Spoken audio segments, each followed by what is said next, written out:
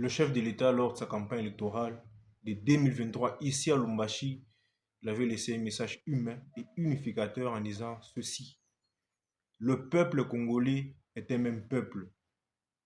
Les citoyens congolais ont le droit de vivre partout en République démocratique du Congo. Il n'y a aucun Congolais qui est plus propriétaire des terres congolaises que d'autres Congolais.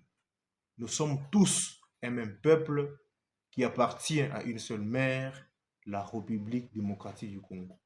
Et nous avons intérêt à vivre en symbiose avec tous les autres peuples de la République démocratique du Congo. Le Congolais est partout chez lui en République démocratique du Congo, comme le dit la Constitution.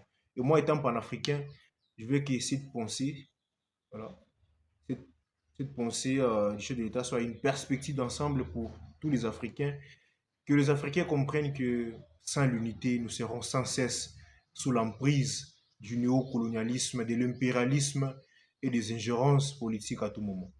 Dans ce message, je vais dire à tous les jeunes Congolais que, et même ceux de l'Afrique, voilà, je ne cesserai jamais de parler en termes de l'Afrique. Moi, je suis pas en Afrique. Voilà, je vais dire à tous les jeunes que le tribalisme ne mène à aucun succès. Le tribalisme n'est pas fructueux. Le tribalisme est un élément diviseur et nuit au développement de la République démocratique du Congo, notre pays. Le tribalisme est un fléau, un mal qui empoisonne, qui tue la RDC, notre cher pays, à presque tous les niveaux. Il est à la base des divisions, des guerres, des conflits de frontières entre individus. Il mine l'unité nationale et met en retard notre propre développement. Vous savez, la RDC, notre pays, dans sa longue marche vers l'émergence, il fait souvent l'expérience des conflits, des guerres, des troubles, des divisions qui naissent un peu partout sur l'étendue du territoire national. Et toutes ces choses, tous ces mots, sont nourris par le sentiment de tribalisme, d'ethnicité, de régionalisme, de provincialisme. Le cas de l'association du Katanga déclaré le 11 juillet 1960 par Moïse Tshombe peu après l'indépendance est un exemple. Alors, je veux que le jeune, dans cette génération, rejette les divisions, les conflits, les querelles tribales qui nous asphyxient tout simplement et qu'ils comprennent que la force de la RDC, la force du continent africain, cette terre d'accueil que l'histoire a définie comme le berceau de l'humanité, rosée dans son unité. Puisque le tribalisme que j'analyse dans ce message ne se repère pas seulement en RDC, il est une pathologie qui gangrène bon nombre de communautés africaines. L'exemple le plus criant est le génocide rwandais qui a débuté, si j'ai bonne souvenance, un certain 7 avril 1994 et a duré une centaine de jours. Vous allez vous rendre compte que le génocide rwandais égale tout simplement la guerre entre l'ethnie Hutu contre l'ethnie Tutsi. Le tribalisme tout simplement. Et il y a eu effusion de sang.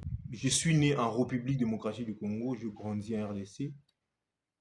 D'abord, je dois dire ici que naître congolais, ce n'est pas accidentel pour moi, ce n'est pas un hasard. Je suis dans la destinée de ces pays. Je suis fier d'être congolais, fier d'être africain, fier du sang congolais qui circule dans mes vaisseaux sanguins. Et depuis tout petit, j'ai souvent entendu une interrogation célèbre et habituelle du genre d'où es-tu? De quelle ethnie es-tu? Très chers jeunes, vous devez comprendre que cette question divise nos populations. Elle renvoie des citoyens congolais à leur ethnie, à leur tribu respective, à telle enseigne que des citoyens congolais sont considérés comme étrangers dans leur propre pays. Il y a même d'autres Congolais qui s'imaginent à tort plus congolais que d'autres Congolais, jusqu'à décider à s'arroser le droit de décider de qui est congolais et qui ne l'est pas vraiment. Et ça doit cesser.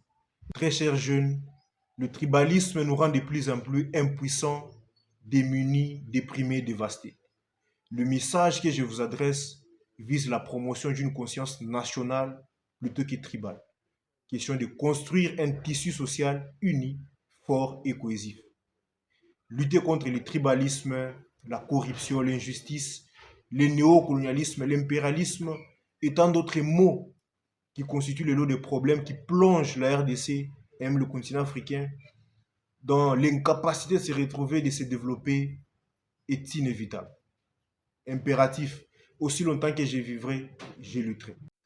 Nous devons aussi comprendre que le tribalisme est une sémence coloniale, avec ce qu'a été leur philosophie et qui continue d'être leur philosophie jusqu'à aujourd'hui, de diviser pour mieux régner.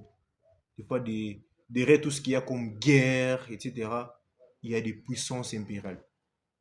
Ici, me rappelle cette phrase de Frantz Fanon dans Le Damné de la Terre quand il dit que la dernière bataille du colonisé contre les colons sera celle des colonisés entre eux. Des fois, les puissances étrangères créent des troubles et des divisions entre nous, renforcent des fois les pouvoirs de certaines élites politiques au détriment de l'unité nationale. Alors, très chers jeunes, jeunes Congolais, jeunes Africains, réveillez-vous. Comprenez que la décolonisation ne s'est pas terminée avec le départ du colonisateur, ça je le répète. Nous devons comprendre que l'ivraie est parmi nous, en être conscient d'abord et la combattre jusqu'à sa disparition complète et effective.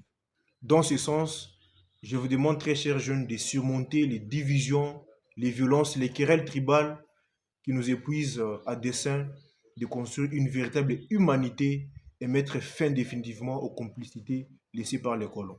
Un Congo uni, indivisible, stable et paisible devait être la pensée, les buts, la priorité de chaque Congolais digne de ce nom. Mais hélas, aujourd'hui, pour des gains politiques, le tribalisme est devenu toute une idéologie. On vit dans un pays où la tribu constitue un tremplin pour l'ascension politique. Des candidats de postes politiques passent par leur tribu pour assurer leur carrière, malheureusement.